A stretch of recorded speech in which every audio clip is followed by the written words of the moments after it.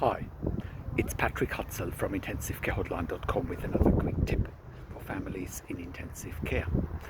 So something that we're often observing, and I've also observed it in over 20 years of working in intensive care, is simply when patients are on a ventilator in an induced coma and they have a nasogastric tube in the nose and they get nasogastric feeds, they need to be sitting up 30 degrees.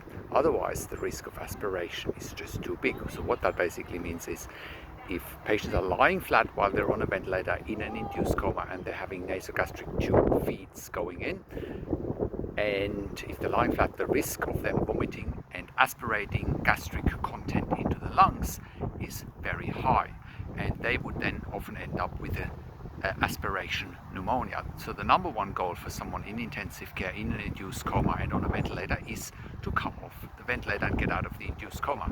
If they're aspirating stomach content because they're lying flat and not sitting up 30 degrees at a minimum, that goal is jeopardized by simply the risk of aspiration pneumonia.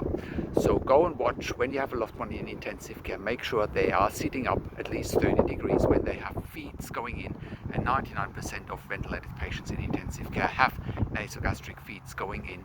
So watch out for that to make sure your loved one is on the track to be weaned off the ventilator without any complications. That's my quick tip for today.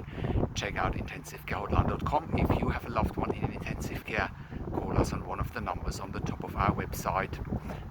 Like this video, comment down below what questions that you have, and subscribe to my YouTube channel for updates for families in intensive care. This is Patrick Hutzel from intensivecarehotline.com, and I'll talk to you in a few days.